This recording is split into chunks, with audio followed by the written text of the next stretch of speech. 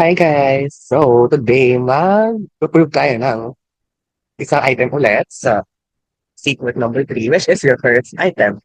So, yung sinasabi ng first item is for any real number x minus 1 is less than the floor function of x, which is less than or equal to x. So, bago natin i-prove, so, basahin mo natin yung definition of floor function. So, the floor function, also called the greatest integer function, gives the largest integer less than or equal to x. So, for clarity, para mag-get static, ano yung sinasabi niya, mag-read na example. 4.5.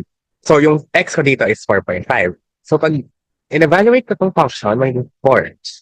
So, nag-gets kung bakit. Kasi 4.5 yung x. So, ang ginagawa kasi ng floor function, binibigay niya yung greatest integer. Again, integer yung nilalabas niya. Integer na less than or equal dun sa x. So, ang ibibigay nito is 4.5. At the greatest integer function of 4.5 is 4. So, ano pa ba? Example, 3.2. So, ang 3.2 is 3. Ano pa ba? 10.8. So, yung 10.8 is 10. Kasi yan yung greatest integer function na less than or equal to x. So, hindi siya pwede mag-11 ha. Hindi pwede 11 kasi 11 is not less than 10.8. So, bawat. So, dapat 10. Okay. So, yun yung sinasabi ng greatest integer function. Ngayon, mag-prove na tayo. So, proving. So, syempre, ito kasing inequalities na to, nakikita niya, may dala tayong inequality. So, ang ginawa ko sa proof, hinati ko yung dalawa. So, ang tinignan ko muna is ito muna. So, ito muna. So, parang hindi ko muna pinansin yung x minus 1. So, ito muna.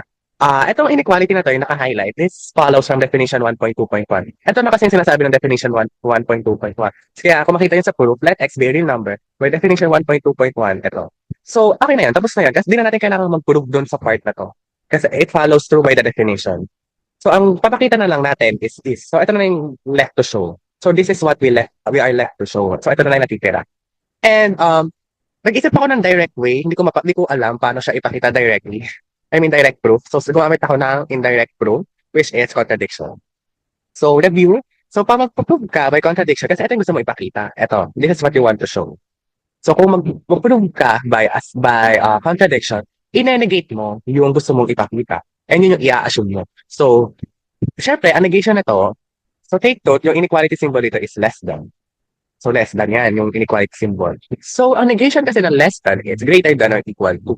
So, kaya kung makikita nyo dito, by contradiction, assume, kasi assume mo yung negation na gusto mo ipakita. Assume x minus 1 is greater than or equal to the greatest integer function of x. So, ayun. So, yan yung in-assume natin. Yung less than, naging greater than or equal to. Kasi by negation. Kasi ba tayo nag-negate? Kasi ang proving natin is by contradiction. Okay. So, dito direct proof ha. This is not a direct proof. This is a contradiction proof. Okay. So, ito yung in-assume mo. So, yung 1, pwede ako mag-add both sides by 1. Pag nag-add ako both sides by 1, ito yung magiging result. Itong inequality na to, i-combine ko dito.